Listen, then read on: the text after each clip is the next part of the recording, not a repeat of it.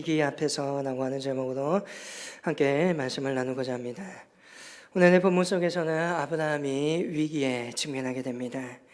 하나님의 말씀에 순종하여 가나안 땅 중시까지 들어가 있던 그였지만 지역 터세에 밀려 지금은 척박한 광야 남방에 들어가 힘들게 살아가고 있습니다. 이것만으로도 힘이 드는데 여기에 기근까지 드러납니다.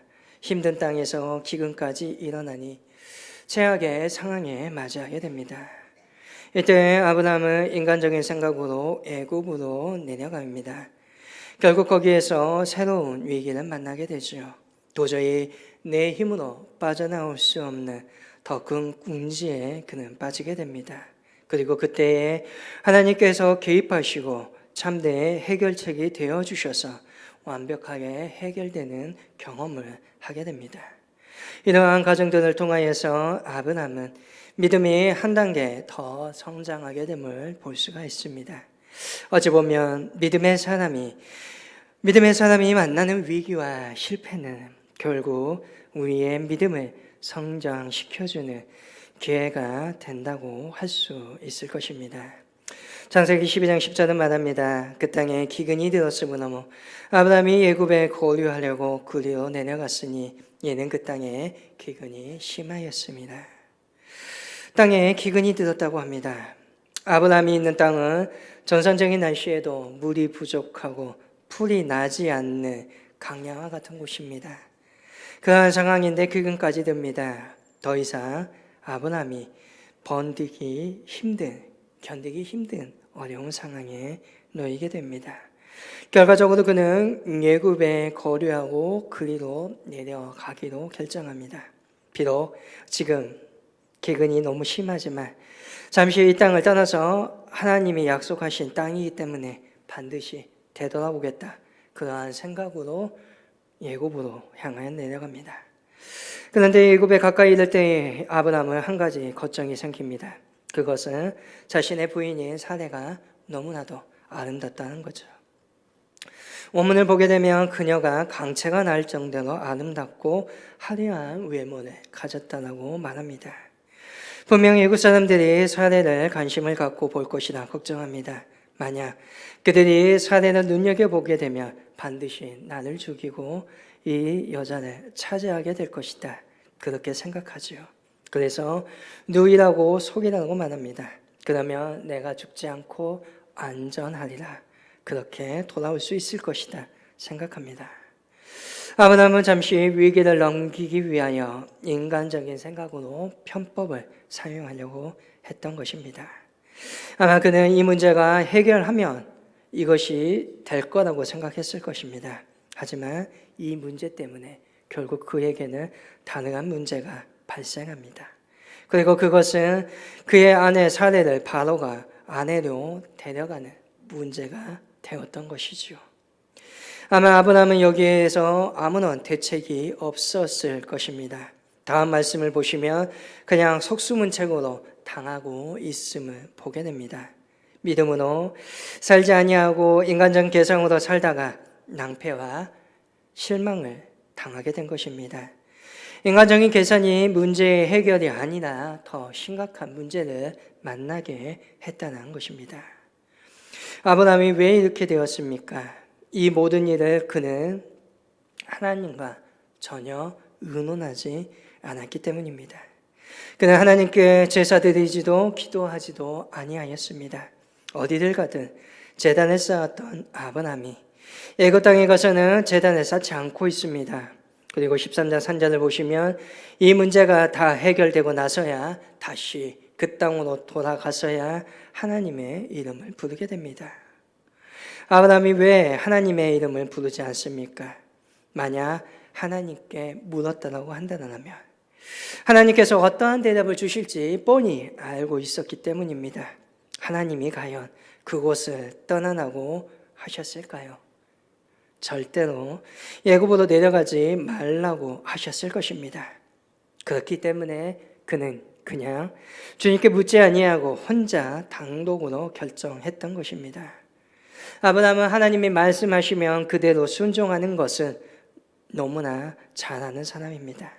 그런데 주님께서 말씀하지 아니하시면 자기 결정으로 스스로 연약한 사람임을 보여주고 있습니다.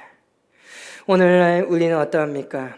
우리도 말씀이 없으면 아브라함보다 더 형편없이 무너질 수 있습니다. 아브라함이 믿음이 없다고 비난할 문제가 결코 아니라는 것입니다.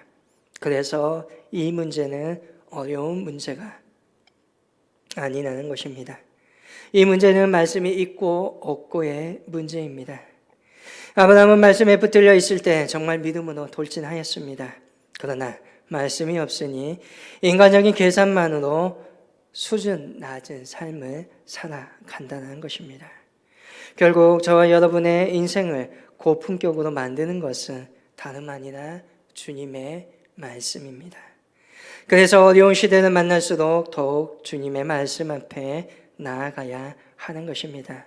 하나님의 말씀을 붙잡으면 아무리 어려운 시대를 만나도 보석처럼 빛나는 믿음의 삶을 살아간다는 것입니다. 말씀에 붙들린 사람이 하나님의 뜻을 이루는 일에 쓰임받는 삶을 살아가게 되어 있습니다. 아브라함이 예굽에 이르렀을 때에 아브라함의 예상대로 예굽의 사람들이 그 여인의 아리따움을 보게 됩니다. 그렇지만 아무도 아브라함을 죽이지 않습니다. 그러니까 괜한 걱정하고 내려간 것입니다. 애국 사람들이 아무리 잔인해도 하나님이 함께 하시는 사람을 건들 수 없다라는 것을 보여주는 것입니다.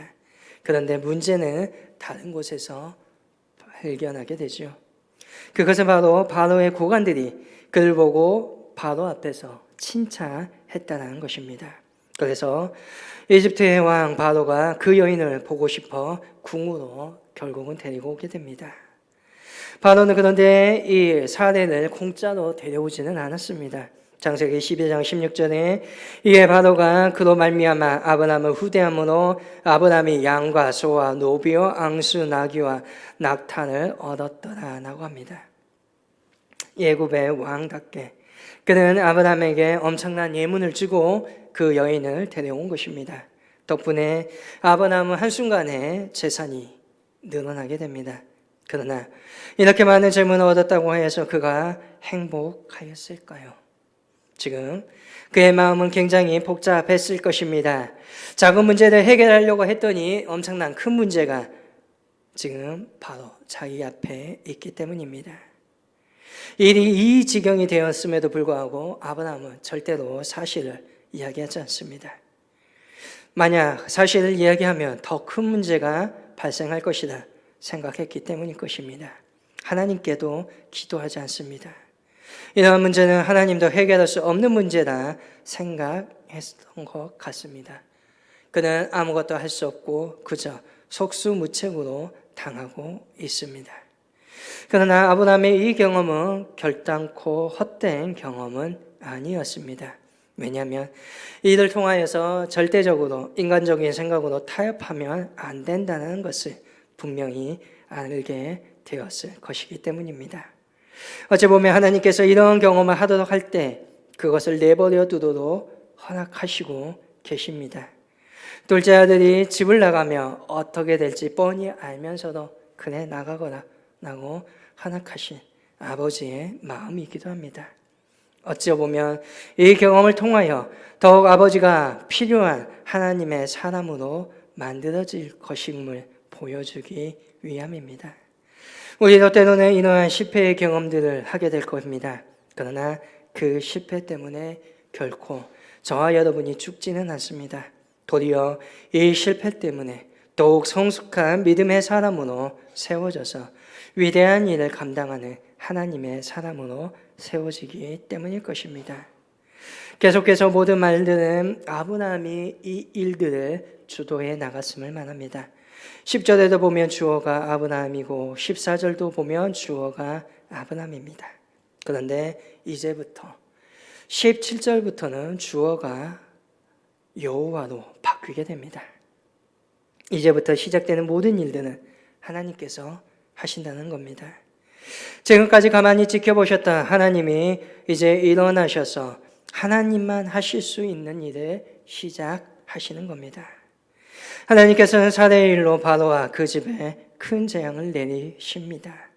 아마 아브라함은 이제 바로에게 넘어갔다면 더 이상 방법이 없다고 생각했을 것입니다. 그러나 인간이 절대 안 된다고 단념할 수밖에 없는 그 자리에도 우리 하나님은 얼마든지 해결할 수 있다는 것입니다. 그렇게 어려운 문제를 만난다면 더욱더 우리 주님을 만나야 하는 것입니다. 지금 아브라함은 그럴 마음도 믿음도 생각도 없습니다. 예고왕을 만나니까 아무것도 할 수 없는 그러한 사람이 되었습니다. 그러나 이러한 상황에도 우리 하나님이 일하시면 아무 문제도 아니라는 것을 이제 주님께서 직접 보여주고 계시는 것입니다. 바로가 재앙을 만나게 됩니다. 그리고 이 재앙을 만나니 이것의 원인이 무엇인지 알게 됩니다. 그래서 바로는 아브라함을 불러서 즉시 책망하고 있습니다. 창세기 12장 18절에서 19절 바로가 이렇게 말합니다. 바로가 아브라함을 불러서 이르되 내가 어찌하여 나에게 이렇게 행하였느냐? 내가 어찌하여 그를 내 아내라고 내게 말하지 아니하였느냐? 내가 어찌 그를 누이라 하여 내가 그를 데려다가 아내를 삼게 하였느냐? 내 아내가 여기 있으니 이제 데려가라. 오늘 바로는 말합니다. 어찌하여 바로가 지금 책망하고 있는 것이죠. 그러나 바로 입에서 나왔던 이 말은 아브라함에게는 하나님의 음성으로 들렸을 것입니다. 하나님께서는 지금 바로의 입을 통하여 아브라함의 불신앙을 책망하고 있는 것입니다. 정말 부끄러운 일입니다. 이제 바로는 사람들에게 명령을 내려 아브라함이 안전하게 돌아갈 수 있도록 지시합니다. 20절에 말합니다. 바로가 사람들에게 그의 일을 명하매 그들이 그와 함께 그의 아내와 그의 모든 소유를 보내었더라. 하나님께서 일하시니 아무도 건들지 않고 이제 안전하게 애굽 땅을 나올 수 있게 되었다는 것입니다. 애굽 땅을 나오면서 아브라함은 과연 어떠한 생각이 들었을까요? 큰 낭패를 만났음에도 불구하고 하나님이 일하시니 이렇게 간단하게 해결되는 것을 경험하며 어떠한 어려운 문제를 만나도 인간적인 생각으로 살지 않고 믿음으로 살아가야 한다. 그렇게 생각하는 또 결심하는 계기가 되지는 않았을까요? 그렇게 어려운 문제를 만난다고 하면 우리는 주님 앞에 하나님 앞에 나아가야 하는 것입니다. 소경 바디메오가 주의 이름 부르며 절박하게 달려갔던 것처럼 우리도 주의 이름을 부르며 주님 앞으로 나아가야 한다는 것입니다. 우리 하나님이 일어나시면 모든 것이 일거에 역전되고 깨끗하게 해결되는 역사가 일어나기 때문입니다. 우리는 나를 짓누르는 문제 때문에 힘들게 살아갈 때가 있습니다. 때로는 그러한 문제 때문에 기도할 수 없는 그러한 상태가 되어 있을 수도 있습니다. 오늘의 말씀 속에 아브라함이 그래 했습니다. 기도할 힘도 없고 해결할 힘도 없고 그래서 모든 걸 다 포기한 채 속수무책으로 당하고 있는 그러한 상태입니다. 그러나 이러한 상태라고 할지라도 오늘 우리 하나님께서는 일하십니다. 저와 여러분을 위하여 일하십니다. 그리고 그 일 때문에 모든 것이 해결되는 역사가 일어나게 되는 것입니다. 그렇기 때문에 우리는 주님을 의지해야 하는 것입니다. 아무것도 보이지 않고 답답한 하루를 살아간다 할지라도 하나님이 일어서셔서 그 한 번의 손짓으로 모든 것이 해결되는 역사가 일어난다는 것입니다. 오늘 우리는 하나님이 우리의 참내 해결책이 되심을 굳게 믿으시기를 바랍니다. 어떤 어려움 속에서도 위기 앞에서도 절망하지 아니하고 우리의 주님의 이름을 부으며 하나님의 도우심을 경험하는 믿음의 저와 여러분이 되시기를 바랍니다. 주님의 그 강한 손을 저와 여러분이 붙드시기를 바랍니다. 주님의 그 손이 저와 여러분을 도우실 것입니다. 그러한 복된 경험을 하는 믿음의 저와 여러분이 될 수 있기를 주님의 이름으로 간절히 소망합니다. 기도하겠습니다.